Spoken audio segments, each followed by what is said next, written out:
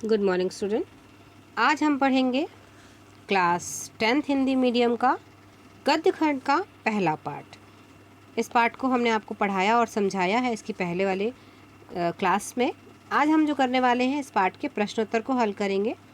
सबसे पहले बात करते हैं इस पाठ के बोध प्रश्नों की, अर्थात अति लघुत्तरीय प्रश्नों की। तो पहला जो प्रश्न है आपका, पंजाब केसरी के नाम से कौन जाना जाता है? पंजाब केसरी के नाम से कौन जाना जाता है? तो इसका उत्तर हो जाएगा पंजाब केसरी के नाम से लाला लाजपत राय जो हैं वो जाने जाते हैं। प्रश्न क्रमांक 2, दीवार में दरार पड़ गई का आशय किससे है? तो दीवार में दरार पड़ गई से लेखक का आशय उनके मन में जो पूर्णता का आनंद भाव था उसमें उनको कमी का अनुभव होने से। तो अर्थात दीवार में दरार पड़ गई तो उनको क्या हो रहा था कि कहीं ना कहीं उनके मन में किसी प्रकार की जो थी वो खुशी नहीं थी, कमी थी खुशियों की, अनुभव उनको ऐसा हो रहा था। तो उत्तर क्या लिख देंगे हम इसमें? दीवार में दरार पड़ गई से लेखक का आशय उनके मन में जो पूर्णता का आनंद भाव था उसमें उनको कमी का अनुभव होने से। प्रश्न क्रमांक 3, जापानी युवक ने स्वामी राम तीर्थ को दिए गए फल के मूल्य के रूप में क्या मांगा? तो यहाँ पे जापानी युवक ने स्वामी राम तीर्थ को दिए गए फल के मूल्य के रूप में यह मांगा कि यदि आप मूल्य देना ही चाहते हैं तो वह यह है कि आप अपने देश में जाकर किसी से यह ना कहिएगा कि जापान में अच्छे फल नहीं मिलते। ठीक, तो ये हैं आपके 3 प्रश्न। आगे बढ़ते हैं प्रश्न क्रमांक 4 की ओर। आपका अति लघुत्तरीय का प्रश्न क्रमांक 4 है, बूढ़े किसान ने राष्ट्रपति को कौन सा उपहार दिया? तो बूढ़े किसान ने राष्ट्रपति कमाल पाशा को मिट्टी की छोटी सी हंडिया में अपने हाथ से तोड़ा गया पाव भर शहद दिया। आगे बढ़ते हैं लघुत्तरीय प्रश्नों की ओर। लघुत्तरीय प्रश्न का पहला प्रश्न है आपका, तेजस्वी पुरुष लाला लाजपत राय की 2 विशेषताएं कौन सी हैं? तो यहाँ पर तेजस्वी पुरुष लाला लाजपत राय की 2 विशेषताएं थीं। एक तो वे अपनी लेखनी द्वारा देश के लोगों में ओज का संचार करते थे, मतलब वो ऐसी ओजपूर्ण कविताएं लिखते थे, लेख लिखते थे, जिससे लोग क्या करते थे कि लोग जागरूक होते थे, अपने देश के लिए कुछ कर गुजरने को तैयार होते थे। दूसरे, वे जनसभाओं में अपनी तेजस्वी वाणी द्वारा लोगों में उत्साह का संचार किया करते थे। प्रश्न क्रमांक 2 आपके लघुत्तरीय प्रश्न का, देहाती बूढ़ा कमाल पाशा के पास क्यों गया था? जैसे अभी आपने इस प्रश्न के पहले भी देखा था कि जो देहाती बूढ़ा है वो कमाल पाशा के पास क्यों गया था?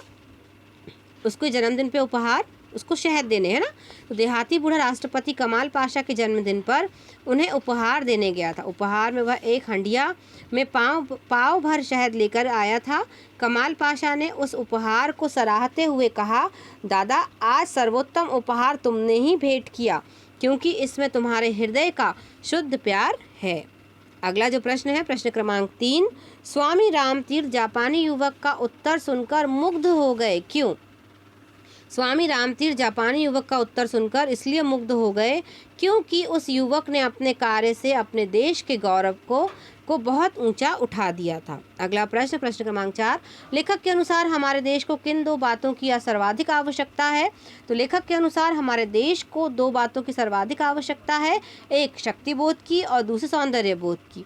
हम यह समझ लें कि हमारा कोई भी काम ऐसा ना हो जो देश में कमज़ोरी की भावना को बदल दे या कुरुचि की भावना को। हम कभी भी अपने देश के अभावों एवं कमजोरियों की सार्वजनिक स्थलों पर चर्चा ना करें, ना तो गंदगी फैलाएं और ना गंदे विचार व्यक्त करें। प्रश्न क्रमांक 5, देश के सामूहिक मानसिक बल का ह्रास कैसे हो रहा है?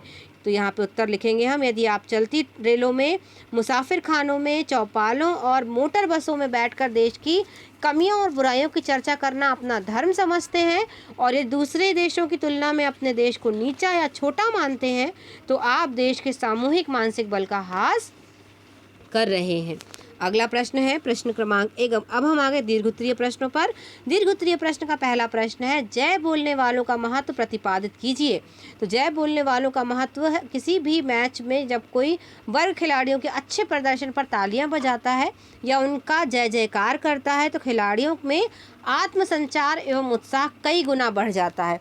गिरता हुआ खिलाड़ी अच्छा प्रदर्शन करता है। कवि सम्मेलनों और मुशायरों में तो तालियां बजाने या जयकारा बोलने से कवियों में, शायरों में 2 गुना जोश आ जाता है और वे मंचों पर छा जाते हैं। अगला प्रश्न है प्रश्न क्रमांक 2 आपके दीर्घोत्तरीय प्रश्न का। जापान में शिक्षा लेने आए विद्यार्थी की कौन सी गलती से उसके देश के माथे पर कलंक का टीका लग गया? तो जापान में किसी अन्य देश से शिक्षा लेने आए विद्यार्थी ने सरकारी पुस्तकालय से उधार ली गई पुस्तक में से कुछ दुर्लभ चित्रों को फाड़ लिया था। उसकी इस हरकत को एक अन्य जापानी लड़के ने देख लिया था, अतः उसने चोर लड़के की शिकायत कर दी। पुलिस ने उसे पकड़ लिया और उसके कब्जे से चोरी किए चित्र बरामद कर लिए। फिर उस लड़के को देश से निकाल दिया गया तथा पुस्तकालय से बाहर बोर्ड पर लिख दिया गया कि उस देश का जिसका वह चोर विद्यार्थी था, कोई निवासी इस पुस्तकालय में प्रवेश नहीं कर सकता। इस प्रकार विद्यार्थी ने अपने नीच कार्य से, या यहाँ पर हम लिखेंगे यहाँ अपने बुरे कार्य से, देश के माथे पर कलंक का टीका लगा दिया था। प्रश्न क्रमांक 3, देश के शक्तिबोध को चोट कैसे पहुंचती है? तो यदि आप बात बात में सार्वजनिक स्थानों पर चलती रेलों में, क्लबों में, मुसाफिर खानों, चौपालों या मोटर बसों में बैठकर अपने देश की कमियों को उजागर करते रहते हैं, या देश की निंदा करते हैं, या फिर दूसरे देशों में तुलना करते हुए अपने देश को है या तुच्छ बताते रहते हैं, तो निश्चय ही आप अपने इन कार्यों से देश के शक्तिबोध को चोट पहुंचा रहे हैं। अगला जो प्रश्न है प्रश्न क्रमांक 4, देश के सौंदर्य बोध को आघात लगता है तो संस्कृति की ओर गहरी चोट लगती है।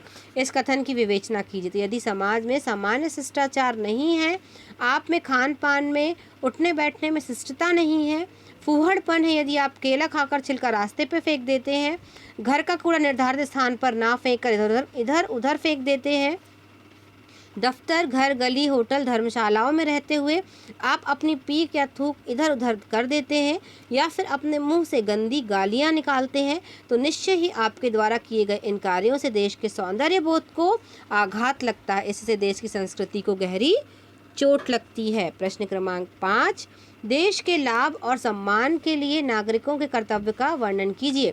तो देश के लाभ और सम्मान के लिए नागरिकों को कभी भी ऐसा काम नहीं करना चाहिए जिससे देश की प्रतिष्ठा पर आँच आए। हमें अपने आप को सभ्य एवं संस्कारवान बनाना चाहिए। हमेशा दूसरों का आदर करें, सत्य बोलें एवं देश से प्रेम करें। हम भूलकर भी ऐसा कोई काम ना करें जिससे देश की बदनामी हो। अपने उठने बैठने एवं बात करने में हमें शिष्टता का पालन करना चाहिए।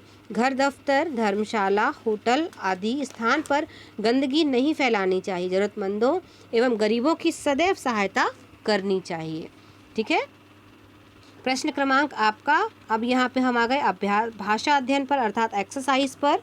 आपके पुस्तक में दी गई है यहाँ पर एक्सरसाइज का क्वेश्चन 1, पहला प्रश्न है, निम्नलिखित समासिक पदों का विग्रह करके समास का नाम लिखिए। आजीवन, तो जीवन पर्यंत मतलब पूरा जो जीवन है, आजीवन, पूरे जीवन पर्यंत तक। अव्ययी भाव समास। भरा डैश पूरा, देखिए बीच में कौन सा चिन्ह लगा हुआ है, यहाँ पे लगा हुआ है ना आपका चिन्ह, यहाँ पे हम क्या करेंगे, उसके बीच में और लगा देंगे योजक चिन्ह जो है। तो द्वंद्व समास। महापुरुष, महान है जो पुरुष, पुरुष की क्या बताई जा रही है यहाँ पर, विशेषता बताई जा रही है, तो कर्मधारय समास। एक दंत, एक दांत वाला अर्थात द्विगु समास। चौराहा, चार रास्तों का केंद्र, और तो क्या हो जाएगा, ये भी द्विगु समास। अगला प्रश्न है, संधि विच्छेद कीजिए। तो लघुत्सव, लघुधन उत्सव। परमानंद, परम धन आनंद। सूर्योदय, सूर्यधन उदय। नायक, ने धन अख। वनोलक्ष, तो वन धन और लक्ष्य। ठीक है। प्रश्न क्रमांक 3, निम्नलिखित शब्दों का संधि विच्छेद करते हुए संधि का नाम लिखिए। यद्यपि, यदि, धन, अपि, यण संधि। लंकेश, लंका धन ईश गुण संधि। दिनेश, दिन धन ईश गुण संधि। देवर्षि, देवधन ऋषि गुण संधि। ठीक है। तो ये हुए आपके आज जो आपने पढ़ा वो था आपका पाठ क्लास 10th का। कौन सा पाठ पढ़ा आपने, गद्य खंड का पहला पाठ, मैं और मेरा देश। इसके आपने क्वेश्चन आंसर्स भी आज कर लिए, लॉन्ग एंड शॉर्ट सभी क्वेश्चन आंसर्स और एक्सरसाइज। अब आपको क्या करना है, आपको आज जो पढ़ाया गया है इन प्रश्नों के उत्तर को आपने समझा है। अब आपको क्या करना है, इनको अपनी कॉपी में अच्छी सुंदर हैंड राइटिंग में नोट करना है। नोट करने के बाद अपने नोट किए गए नोट्स को हमें भेजने हैं ताकि हमें कंफर्म हो जाए कि आपने जो है वो वीडियो देख लिया है और क्वेश्चन आंसर्स को अपनी कॉपी में नोट कर लिया है। ठीक। और आप इसे जो भी आपको समझाया गया है, बताया गया है, आपको क्या करना है, आपको उसे याद भी करते हुए चलना है, क्योंकि ये आपके एग्ज़ाम के लिए महत्वपूर्ण प्रश्न है।